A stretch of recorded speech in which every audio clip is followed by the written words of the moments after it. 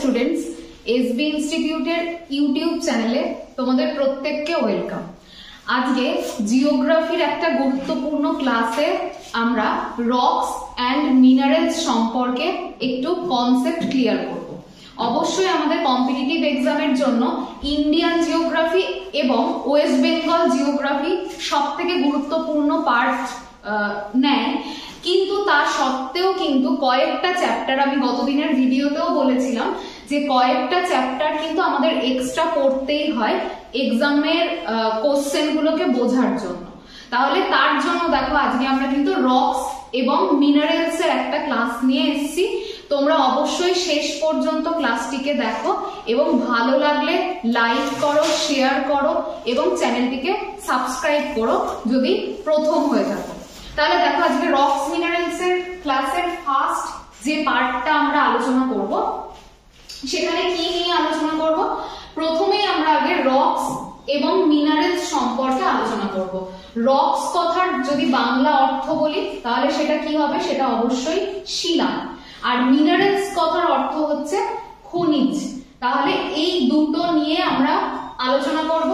সবথেকে বেশি ফোকাস থাকবে আমাদের রকস এর উপর, কারণ এক্সাম ওরিয়েন্টেড পড়াশোনা করতে গেলে আমাদেরকে রকসটাকে বেশি ভালো করে পড়তে হবে। দেখো প্রথমে কি বলছে, এক বা একাধিক খনিজের সমসত্ব এবং অসমসত্ব মিশ্রণকে শিলা বলে। তাহলে শিলা কাকে বলছে? শিলা কি দিয়ে তৈরি? শিলা হচ্ছে এক বা একাধিক যদি খনিজ পদার্থ সমান পরিমাণে বা সমান অনুপাতে থাকে তাহলে সেটা হবে অবশ্যই সমসত্ব শিলা। আর যদি এক বা একাধিক উপাদান অসমান অনুপাতে থাকে, মানে বিভিন্ন আলাদা আলাদা অনুপাতে থাকে, তাহলে সেটা হবে অসমসত্ব শিলা। তাহলে এইভাবে দেখো শিলাও কিন্তু দু ধরনের হয়ে থাকে, সমসত্ব এবং অসমসত্ব। সেটা কিসের উপর ভিত্তি করে হয়? সেটা হয় এখানে উপস্থিত, মানে শিলাতে উপস্থিত খনিজ পদার্থের উপর ভিত্তি করে হয়। তাহলে যদি কোনো শিলাতে এক বা একাধিক খনিজ পদার্থ সমান অনুপাতে অথবা অসমান অনুপাতে থাকে তাহলে আমরা সেটাকে বলে থাকি রক বা শিলা। এবার দেখো শিলার কয়েকটা উদাহরণ আমরা প্রত্যেকে এই নাম দুটোর সাথে পরিচিত। একটা হচ্ছে ব্যাসাল্ট শিলা, একটা হচ্ছে গ্রানাইট শিলা। দুটোই আগ্নেয় শিলা। এছাড়াও কাদা পাথর, চুনা পাথর এগুলো কিন্তু শিলার অন্যতম গুরুত্বপূর্ণ উদাহরণের মধ্যেই পড়ে। নেক্সট দেখো, শিলা সম্পর্কে আলোচনা করতে গেলে আমাদের যে জায়গাটা পড়তে হবে সেটা হচ্ছে খনিজ পদার্থ। খনিজ পদার্থগুলো কিভাবে তৈরি হয়? কখনোই কিন্তু খনিজ পদার্থ জৈব উপাদান দ্বারা তৈরি হয় না, মানে প্রাণীজ কোনো সত্তা থেকে কিন্তু আমরা খনিজ পদার্থকে পাই না। কিভাবে পাই আমরা? অবশ্যই পাই অজৈব উপাদান থেকে, অর্থাৎ খনিজ পদার্থ কিন্তু অজৈব উপাদান দ্বারা তৈরি। দেখো কি বলছে, এক বা একাধিক অজৈব মৌলিক পদার্থের যৌগকে খনিজ বলে। তাহলে একটি বা একাধিক যদি অজৈব পদার্থ একত্রিত হয়, অজৈব মৌলিক পদার্থ, তাহলে যে যৌগটা তৈরি হচ্ছে তাকে বলা হচ্ছে কিন্তু খনিজ। এখানে খুব সুন্দর করে দেখো উদাহরণের মাধ্যমে বলা হচ্ছে কি, গ্রানাইট শিলা। এই যে গ্রানাইট শিলা গঠিত হয়েছে এর মধ্যে কি কি খনিজ উপাদান বা খনিজ পদার্থ রয়েছে দেখে নিই। দেখো কোয়ার্টজ রয়েছে, ফেলসপার রয়েছে, মাইকা রয়েছে এবং হর্নব্লেন্ড রয়েছে। তাহলে এই গ্রানাইট নামক শিলাটা কিন্তু একটা উপাদান দ্বারা তৈরি নয়, একটা খনিজ উপাদান দ্বারা তৈরি নয়, এখানে কিন্তু একাধিক খনিজ উপাদান রয়েছে। তাহলে গ্রানাইট শিলার মধ্যে রয়েছে কোয়ার্টজ, রয়েছে ফেলসপার, রয়েছে মাইকা বা অভ্র এবং তার সাথে কিন্তু হর্নব্লেন্ড। এই কটা খনিজ পদার্থ দ্বারা কিন্তু গ্রানাইট নামক শিলাটা তৈরি হয়েছে। এরপর যাব আমরা নেক্সট পার্টটাতে। দেখো এখানে কি বলছে, এখানে দেখো সুন্দর করে একটা আমরা রকস এর ক্লাসিফিকেশন অর্থাৎ শ্রেণী বিভাগ কিন্তু আমরা এখানে দেখিয়েছি। কিভাবে দেখো ভাগটা হচ্ছে, প্রথমেই দেখো শিলাকে আমরা তিনটে ভাগে ভাগ করি। এটা আমরা সেই অনেকটাই ছোটবেলা থেকে প্রত্যেকেই জানি, শিলা তিন প্রকারের হয়ে থাকে। কি কি শিলা দেখতে পাচ্ছি? Igneous rock. ইগনিয়াস রক কথার অর্থ হচ্ছে আগ্নেয় শিলা। তারপর দেখো কি রয়েছে, মেটামরফিক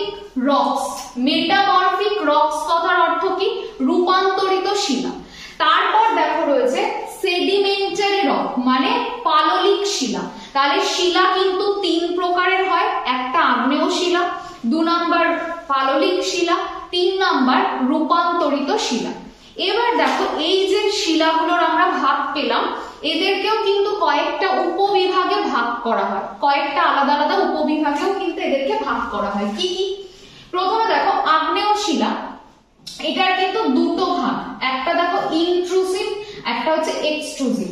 অর্থাৎ আগ্নেয় শিলার দুটো ভাগ, একটা হচ্ছে উদ্বেধী আর একটা হচ্ছে নিঃসারী। তাহলে এই দুভাগে আগ্নেয় শিলা কিন্তু তৈরি হয়, উদ্বেধী আগ্নেয় শিলা আর নিঃসারী আগ্নেয় শিলা।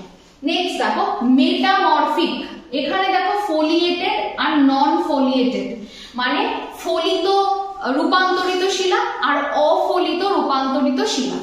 তারপর দেখো সেডিমেন্টারি রক, এটাও কিন্তু মূলত বলা হয় দুটো ভাগে ভাগ করা হয়, একটা ক্লাস্টিক রক আর একটা হচ্ছে নন ক্লাস্টিক রক। তাহলে এর মধ্যে দেখো হঠাৎ কি করে অর্গানিক আর কেমিক্যাল চলে এলো, এখান থেকে তোমাদের বুঝতে হবে যে প্লাস্টিক মানে সংঘাত শিলা, এটা অবশ্যই কিন্তু সেডিমেন্টারি রকের একটা উদাহরণ। এছাড়া দেখো আমরা যদি বলি নন ক্লাস্টিক রক, সেইটা কিন্তু এই দুটো প্রক্রিয়াতে তৈরি হয়, অর্থাৎ কেমিক্যালি তৈরি হয় মানে রাসায়নিক ভাবে, আর অর্গানিক্যালি তৈরি হয় অর্থাৎ জৈবিক ভাবে তৈরি হয়। তাহলে এই দুটো পদ্ধতিতে যদি আমরা দেখতে পাই পাললিক শিলা গঠিত হচ্ছে, তাহলেই সেটাকে আমরা বলে থাকি নন ক্লাস্টিক রক। আর যদি দেখতে পাই যে এই দুটো পদ্ধতির বাইরে তৈরি হচ্ছে পাললিক শিলা, তাহলে কিন্তু সেটাকে ক্লাস্টিক বা সংঘাত পাললিক শিলা বলে থাকবো। নেক্সট দেখো পরের যে পার্টটা, সেটা কি? ইগনিয়াস রক, মানে কি? আগ্নেয় শিলা। ইগনিয়াস রকের ক্ষেত্রে, আগ্নেয় শিলার ক্ষেত্রে আমাদেরকে পরপর প্রত্যেকটা বিষয় ভালো করে মন দিয়ে বুঝতে হবে। দেখো যে আগ্নেয় শিলা, এই শিলাটাকে প্রাথমিক শিলা বা প্রাইমারি রক বলা হয়। কেন বলা হয়? কারণ আগ্নেয় শিলার মাধ্যমে কিন্তু, আগ্নেয় শিলা একদম পৃথিবীতে কিন্তু সবার প্রথমে তৈরি হয়েছিল, একদম প্রথমে তৈরি হয়েছে, সব শিলার একদম শুরুতেই তৈরি হয়েছে আগ্নেয় শিলা। সেই জন্য আগ্নেয় শিলাকে প্রাথমিক শিলা বলা হয়। আগ্নেয় শিলা কিভাবে তৈরি হচ্ছে? ভূ অভ্যন্তরে থাকা ম্যাগমা, ভূ অভ্যন্তরে থাকা ম্যাগমা যখন ভূপৃষ্ঠের কোনো ফাটল বা দুর্বল অংশ দিয়ে ভূপৃষ্ঠের বাইরে লাভা রূপে বেরিয়ে আসে এবং সেই লাভাটা ভূপৃষ্ঠের বাইরে ধীরে ধীরে শীতল হয় এবং ঠান্ডা হওয়ার পর সেটা একটা শক্ত শিলাতে পরিণত হয়, তখন তাকে আমরা বলে থাকি আগ্নেয় শিলা। তাহলে আগ্নেয় শিলা কাকে বলা হচ্ছে? যে ভূগর্ভের ম্যাগমা যখন ভূপৃষ্ঠের বাইরে লাভা রূপে বেরিয়ে আসে, সেই লাভা ধীরে ধীরে শীতল হওয়ার পর যে শিলাতে পরিণত হচ্ছে তাকে বলে থাকি আমরা আগ্নেয় শিলা। এখানে এই বিষয়টাই লেখা রয়েছে, শীতল এবং কঠিন হয়ে যায়, এই শিলাটাই হচ্ছে আগ্নেয় শিলা। এবার দেখো 2 নম্বর বিষয় কি বলছে? আগ্নেয় শিলার মধ্যে আমরা কি দেখতে পাই না? কোনো স্তর দেখতে পাই না, কারণ এখানে কিন্তু লাভাটাই ধীরে ধীরে জমা হয়ে কিন্তু বা ম্যাগমা জমা হয়ে কিন্তু আগ্নেয় শিলাটা তৈরি হচ্ছে। তাহলে এখানে কোনো রকমের স্তরে সঞ্চিত হওয়ার ব্যাপার নেই, তাই স্তর দেখা যায় না। নেক্সট দেখো এই শিলায় দারণ বা ফাটল দেখা যায়। কেন দেখা যায়? কারণ আগ্নেয় শিলা কিন্তু কঠিন, আগ্নেয় শিলার উপর যদি আবহ বিকার হয় তাহলে শিলার মধ্যে আমরা কি দেখতে পাবো? ক্র্যাক দেখতে পাবো, বা আমরা কিন্তু সেখানে কোনো না কোনো সূক্ষ্ম চির ধরার মতন আমরা দাগও কিন্তু দেখতে পাবো, যেটাকে দারণ বলা হয়। নেক্সট দেখো এই শিলাতে জীবাশ্ম নেই, অর্থাৎ আগ্নেয় শিলায় কি আমরা জীবাশ্ম দেখতে পাবো? কখনোই না।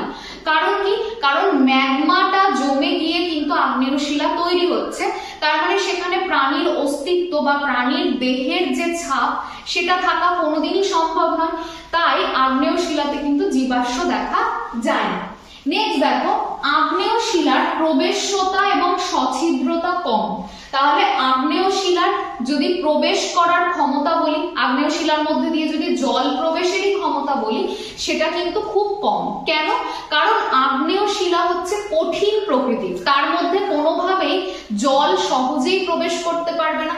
এবং আগ্নেয় শিলার যে কণাগুলো তারা কিন্তু প্রত্যেকেই এতটাই জমাটবদ্ধ বা সংঘবদ্ধ, সেখানে কিন্তু সছিদ্রতা থাকারও কিন্তু কোনো জায়গা নেই, মানে শূন্য স্থান বা ফাঁকা স্থান থাকার কিন্তু জায়গা নেই। তাহলে এই বিষয়টা মনে রাখবে যে আগ্নেয় শিলার প্রবেশ্যতা এবং সছিদ্রতা দুটোই কিন্তু খুবই কম রয়েছে। নেক্সট দেখো, আগ্নেয় শিলা কিন্তু খুবই শক্ত হয়, তাই সহজে ক্ষয় হয় না। তাহলে আগ্নেয় শিলা কেমন ধরনের হয়? খুব শক্ত বা কঠিন, কারণ লাভাটা বা ম্যাগমাটা জমাট বেঁধে যেহেতু তৈরি হয়, তাই আগ্নেয় শিলা বেশ শক্ত, সহজে চাইলেও কিন্তু আমরা কি করতে পারবো না, ক্ষয় করতে পারবো না। তারপরের পয়েন্টটা দেখো কি বলছে, যে আগ্নেয় শিলায় উজ্জ্বল কেলাস দেখা যায়। তাহলে আগ্নেয় শিলার কিন্তু উজ্জ্বলতা যথেষ্ট বেশি থাকবে এবং আগ্নেয় শিলাটা কি দিয়ে তৈরি হবে? উজ্জ্বল কেলাস দ্বারা তৈরি হবে। নেক্সট দেখো, আগ্নেয় শিলা উৎপত্তি অনুসারে দু প্রকারের হয়। আমি প্রথমেই বলেছিলাম যখন ক্লাসিফিকেশনটা দেখালাম তোমাদেরকে, আগ্নেয় শিলা দু ধরনের হয় উৎপত্তি অনুসারে। প্রথমটা কি? নিঃসারী, আর দ্বিতীয়টা হচ্ছে উদ্বেধী। নিঃসারী আগ্নেয় শিলা কিভাবে তৈরি হচ্ছে? ধরো ভূপৃষ্ঠের নিচে ম্যাগমাটা রয়েছে, সেটা যখন ভূপৃষ্ঠের কোনো দুর্বল অংশ বা ফাটলের মধ্যে দিয়ে পুরোপুরি বাইরে বেরিয়ে আসবে লাভা রূপে এবং ভূপৃষ্ঠের বাইরেই ধীরে ধীরে জমাট বাঁধবে এবং সঞ্চিত হবে, তখন যে আগ্নেয় শিলা তৈরি হয় ভূপৃষ্ঠের বাইরে, সেটাকেই আমরা বলে থাকি নিঃসারী আগ্নেয় শিলা। নেক্সট দেখো, উদ্বেধী আগ্নেয় শিলা। এটা কাকে বলছে? উদ্বেধী আগ্নেয় শিলা হচ্ছে যখন ভূ অভ্যন্তরের ম্যাগমা পুরোপুরি কোনো ফাটল বা দুর্বল অংশ দিয়ে বাইরে বেরোতে পারে না। তখন কি হয়? তখন ওই ম্যাগমাটা ভূপৃষ্ঠের বাইরে যদি না বেরোতে পারে, ভূ অভ্যন্তরেই কিন্তু জমা হয় এবং ধীরে ধীরে ওখানেই কিন্তু ঠান্ডা হয়ে যায়। তার ফলে যে শিলাটা ভূ অভ্যন্তরেই তৈরি হয়, যে আগ্নেয় শিলাটা, তাকে আমরা বলে থাকি উদ্বেধী আগ্নেয় শিলা। তাহলে এইটাও কিন্তু ভালো করে করতে হবে। নিঃসারী মানে যে আগ্নেয় শিলাটা ভূপৃষ্ঠের বাইরে তৈরি হয় লাভা বেরিয়ে আসার ফলে, আর যখন লাভাটা বেরোতে পারছে না, মানে ম্যাগমা রূপে থাকছে, সেটা যদি ভূ অভ্যন্তরে থাকে, তাহলে সেটাই ধীরে ধীরে জমাটবদ্ধ হয়ে যে শিলা তৈরি হয় তাকে আমরা বলে থাকি উদ্বেধী আগ্নেয় শিলা। নেক্সট স্লাইড দেখো কি বলছে, সেডিমেন্টারি রক বা পাললিক শিলা। সেডিমেন্টারি রক বা পাললিক শিলা এটা কিভাবে তৈরি হচ্ছে সবার প্রথমে জানতে হবে। সেডিমেন্টারি রক কিন্তু তৈরি হয় আগ্নেয় শিলা থেকে, অর্থাৎ আগ্নেয় শিলা যদি আবহ বিকারের মাধ্যমে ভেঙে চূর্ণ বিচূর্ণ হয়, সেই চূর্ণ বিচূর্ণ আগ্নেয় শিলাটা কার মাধ্যমে? নদী, হিমবাহ, বায়ু এগুলোর মাধ্যমে একটা স্থান থেকে আরেকটা স্থানে পরিবাহিত হয় বা চলে যায়।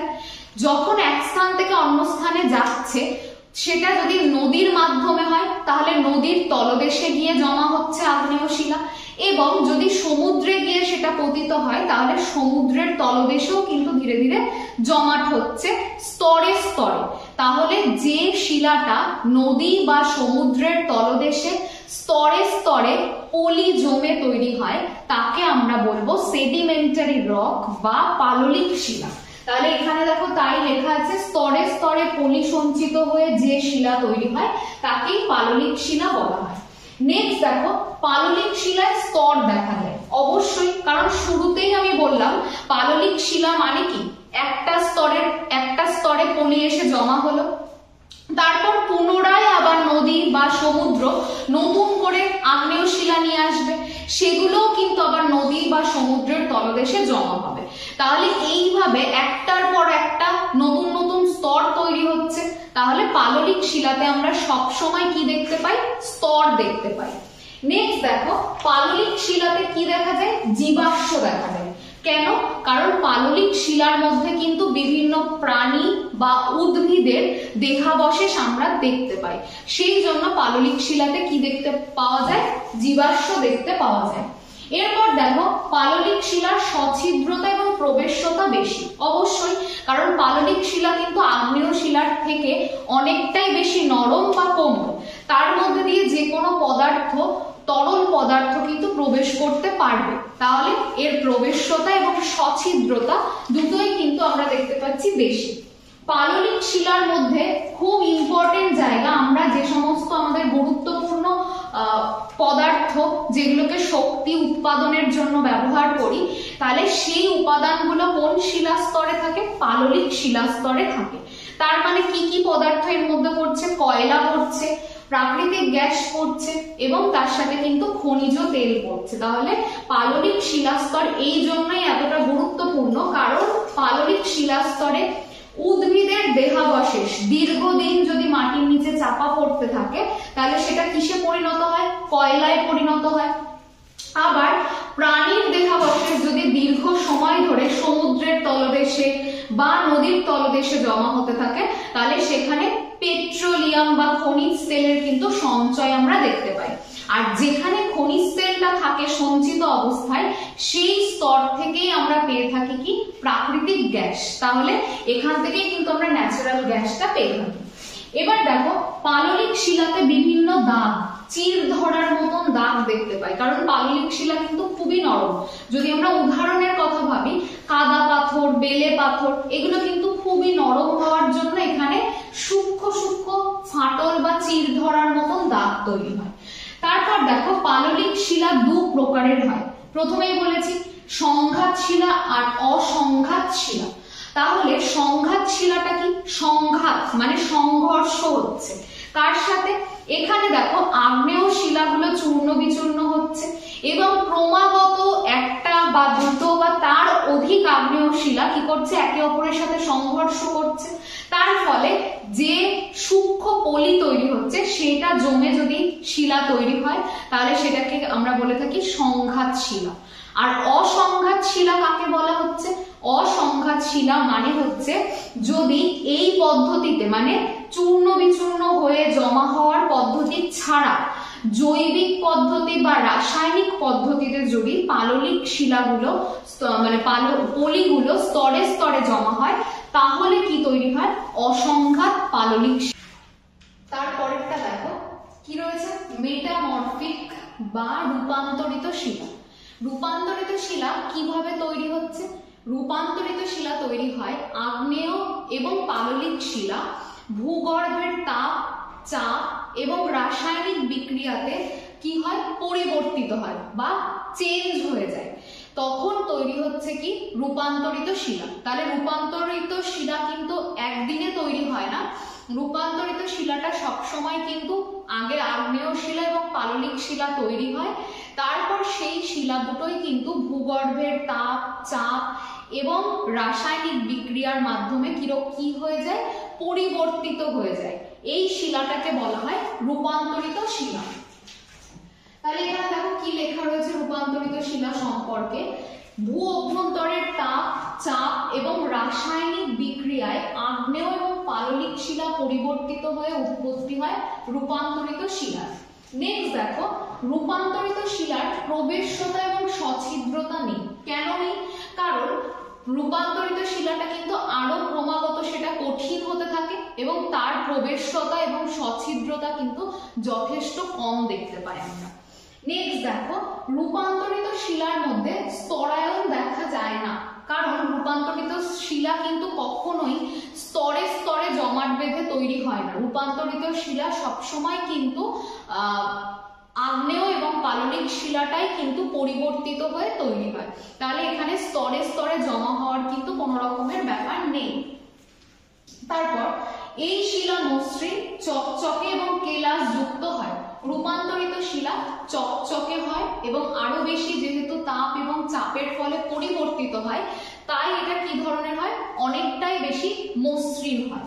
তারপর রূপান্তরিত শিলার কাঠিন্যতা বেশি, কারণ এই শিলাটা কিন্তু দীর্ঘ সময় থাকার ফলে, আগ্নেয় এবং পাললিক শিলা থাকার ফলে কিন্তু এই শিলাটা তৈরি হয়। সেই জন্য রূপান্তরিত শিলার কাঠিন্যতা সবসময় কি হয়? যথেষ্ট বেশি। আগ্নেয় এবং পাললিক শিলার তুলনায় রূপান্তরিত শিলার কাঠিন্যতা কিন্তু বেশি হয়। তারপর দেখো এখানে কিছু ছবি তোমরা খেয়াল করো। এই ছবিটার মাধ্যমে ক্যামেরাতে জানি না আমি পরিষ্কার বোঝা যাচ্ছে কিনা, এখানে কয়েকটা রূপান্তরিত শিলার ছবি কিন্তু আমি নিয়ে এসেছি। কি রকম? ব্যাসাল্ট, এটা রূপান্তরিত হয়ে কি তৈরি হয়? অ্যাম্ফিবোলাইট তৈরি হয়। বেলে পাথর, এটা নিজে একটা পাললিক শিলা, এটাই কিন্তু পরিবর্তিত হয়ে কি তৈরি করে? কোয়ার্টজাইট। চুনা পাথর, এটা নিজে পাললিক শিলা, এটাই রূপান্তরিত হয়ে কি তৈরি করে? মার্বেল। পিট কয়লা, এই পাললিক শিলাটাই তৈরি করছে কি? গ্রাফাইট তৈরি করে দীর্ঘ সময় তাপ এবং চাপের ফলে, যে গ্রাফাইট দিয়ে কিন্তু আমরা পেন্সিলের শীষ হিসেবে কাজ করে বা আমরা আমাদের লিখতে সাহায্য করে। আর মার্বেলেরটা প্রত্যেকেই তোমরা জানো, স্থাপত্য নির্মাণে কিন্তু মার্বেলটা খুবই কার্যকরী। কাদা পাথর, এটাই পরিবর্তিত হয়ে স্লেটে রূপান্তরিত হয় পরবর্তীকালে। গ্রানাইট তৈরি করে কি? গ্রানাইট তৈরি করে হচ্ছে নিসকে। তাহলে গ্রানাইটটাই দীর্ঘদিন তাপ এবং চাপের ফলে রূপান্তরিত হয়ে কিসে পরিণত হয়? নিসে পরিণত হয়। এখানে দেখো একটা চার্ট রয়েছে, এই চার্টটার মাধ্যমে কি লেখা রয়েছে? এই চার্টে লেখা রয়েছে শিলা এবং শিলা গঠিত খনিজ পদার্থ। গ্রানাইট শিলা, এই গ্রানাইট শিলা কি কি দিয়ে তৈরি হয়? ফেলসপার দিয়ে, কোয়ার্টজ দিয়ে তৈরি হয়, অভ্র দিয়ে তৈরি হয়, হর্নব্লেন দিয়ে তৈরি হয়, আর লোহা দিয়ে তৈরি হয়। নেক্সট ব্যাসাল্ট, এই দুটো সবথেকে গুরুত্বপূর্ণ, মনে রাখবে। ব্যাসাল্ট ফেলসপার, অগাইট, লোহা আর অলিভিন দিয়ে তৈরি হয়। ডায়োরাইট, এটাও একটা আগ্নেয় শিলা, প্যাজিওক্লেস, ফেলসপার, হর্নব্লেন আর কোয়ার্টজ দিয়ে তৈরি হয়। পেগমাইট, অভ্র, কোয়ার্টজ, ফেলসপার আর টুরম্যালিন দিয়ে তৈরি হয়। রায়োলাইট, কোয়ার্টজ, ফেলসপার দিয়ে তৈরি হয়। গ্যাব্রো, প্যাজিওক্লেস, ফেলসপার আর পাইরক্সিন দিয়ে তৈরি হয়। সিস্ট, কোয়ার্টজ, অভ্র, ক্লোরাইট, গ্রাফাইট আর হর্নব্লেন দিয়ে তৈরি হয়। কোয়ার্টজাইট তৈরি হয় কোয়ার্টজ দিয়ে। তাহলে এখান থেকে সবথেকে যেটা পরীক্ষার জন্য ইম্পর্টেন্ট সেটা হচ্ছে গ্রানাইট আর ব্যাসাল্ট। এটা ভালো করে তোমাদেরকে কি করতে হবে? পড়ে ফেলতে হবে।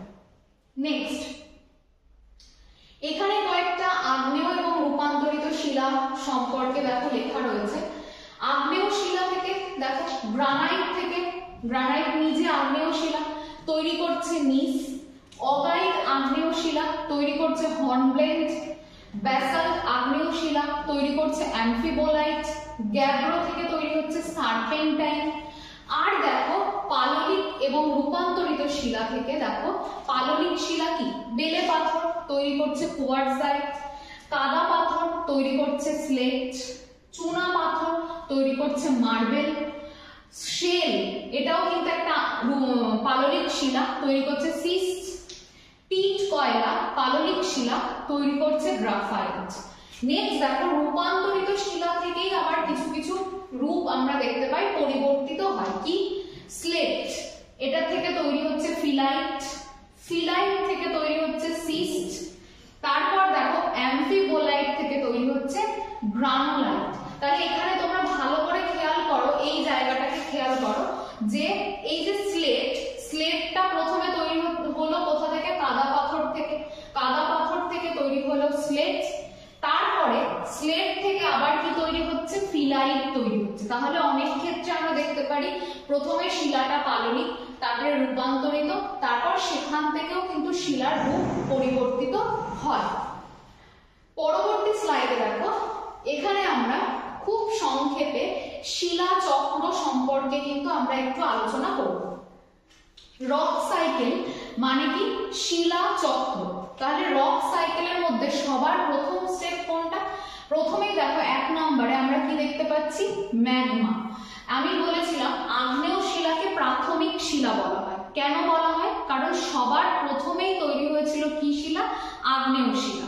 তাহলে ভূ অভ্যন্তরে থাকা ম্যাগমাটা বাইরে বেরিয়ে এসে ঠান্ডা হয়ে তৈরি করছে এই যে আমাদের ইগনিয়াস রক বা আগ্নেয় শিলা। তাহলে এই ম্যাগমাটা ধীরে ধীরে কুলিং মানে ঠান্ডা হয়ে তৈরি হয় ইগনিয়াস রক বা আগ্নেয় শিলা। তারপর দেখো এই আগ্নেয় শিলাটা ধীরে ধীরে কি হচ্ছে? চূর্ণ বিচূর্ণ হচ্ছে। কিসের দ্বারা? আবহ বিকারের দ্বারা। চূর্ণ বিচূর্ণ হয়ে তৈরি করছে কি সেডিমেন্ট বা পলি, এগুলো তৈরি করছে ভেঙে চূর্ণ বিচূর্ণ হয়ে। তারপর এটাই কিন্তু ধীরে ধীরে আরো বেশি পরিমাণে সংঘবদ্ধ হচ্ছে, পলিগুলো জমাট বাঁধছে নদী এবং সমুদ্রের তলদেশে এই রকম ভাবে মানে স্তরে স্তরে জমা হয়ে তৈরি করছে কোন শিলা? পাললিক শিলা। তারপর দেখো এই যে পাললিক শিলা এটাই ক্রমাগত তাপ এবং চাপের প্রভাবে তৈরি করছে কি? এটা তৈরি করছে রূপান্তরিত বা মেটামরফিক রক বা রূপান্তরিত শিলা। এই রূপান্তরিত শিলাই কিন্তু ধীরে ধীরে ভূগর্ভের তাপ চাপ এবং কিছুটা রূপান্তরিত শিলা যদি ভূগর্ভের মধ্যে প্রবেশও করে তাহলে সেটা পুনরায় ম্যাগমায় পরিণত হয়। এছাড়া আরো দুটো জায়গা দেখো, প্রথমেই দেখো অনেক সময় আমরা দেখতে পারি কি আগ্নেয় শিলাটাও কিন্তু সরাসরি এই প্রসেসগুলোর মধ্যে দিয়ে না এসে আগ্নেয় শিলাটাও কিন্তু একদম সরাসরি তাপ এবং চাপ হিট এবং প্রেসারের ফলে তৈরি করে ফেলে কি মেটামরফিক রক বা রূপান্তরিত শিলা তৈরি করে ফেলে। এই মেটামরফিক যে রক দেখতে পাচ্ছি এই মেটামরফিক রকটাই কিন্তু আবার কি তৈরি করে ওয়েদারিং এর মাধ্যমে পুনরায় কিন্তু আবার সেডিমেন্টে পরিণত হয়। সেই সেডিমেন্টটি কিন্তু আবার পরবর্তীকালে ধীরে ধীরে পলি জমা হয়ে সেডিমেন্টারি রক তৈরি করে। তাহলে এইভাবে শিলাটা যেরকম জলের ক্ষেত্রে চক্র হয় জলচক্র, সেরকমই শিলাও কিন্তু ধীরে ধীরে একদম সৃষ্টি থেকে একদম শেষ পর্যন্ত কিন্তু আবর্তিত হয়। তাহলে এটাকে আমরা শিলা চক্র বলে থাকি। নেক্সট স্লাইডটা খেয়াল করো, এখানটাতে কি বলা হচ্ছে দেখো, এই জায়গাটাতে অবশ্যই এসবি ইনস্টিটিউটের পক্ষ থেকে একটা বিশেষ ঘোষণা রয়েছে, সেটা হচ্ছে যারা যারা আমাদের ফাউন্ডেশন ব্যাচ অর্থাৎ সমস্ত সাবজেক্টের বেসিক টু অ্যাডভান্স লেভেলের যে ম্যাথ গুলো বা জিআই বলো, ইংলিশ বলো, হিস্ট্রি, জিওগ্রাফি, সায়েন্স বলো, যার যে পার্টে একটা সমস্যা থাকবে তারা অবশ্যই কিন্তু এসবি ইনস্টিটিউটের ফাউন্ডেশন ব্যাচ অর্থাৎ অফলাইন ব্যাচে তোমরা ভর্তি হতে পারো। এবং ভর্তি হলে তোমরা পিএসসির তো সমস্ত পরীক্ষা, ডাব্লিউবিপি সামনে প্রচুর ভ্যাকান্সি আসছে ডাব্লিউবিপির, এক্ষেত্রগুলোতে তো লাভবান হবে। ক্লার্কশিপ, মিসলেনিয়াস মানে যে পরীক্ষাগুলোর ফর্ম ফিল আপ হয়ে গেছে সেগুলোর তো সুবিধা পাবেই, এবং তার সাথে সাথে কিন্তু তোমরা সেন্ট্রালের যারা প্রিপারেশন নিতে চাইছো তারাও কিন্তু উপকার পাবে, কারণ এটা সমস্ত বিষয়ের ওপর বেসিক থেকে একদম অ্যাডভান্স লেভেল অবধি তোমাদেরকে পৌঁছে দেওয়ার দায়িত্ব থাকবে এসবি ইনস্টিটিউটের কাছে। আমাদের নাম্বারে, অফিসিয়াল নাম্বারে তোমরা নিজেদের নাম রেজিস্টার করাও, 9083644276 এই নাম্বারে ফোন করে নিজের নাম নথিভুক্ত করো। অপেক্ষা বা দেরি এই মাস না পরের মাস থেকে পড়বো, দেখো দিনক্ষণ দেখে কিন্তু কখনোই পড়াশোনা শুরু করার হয় না।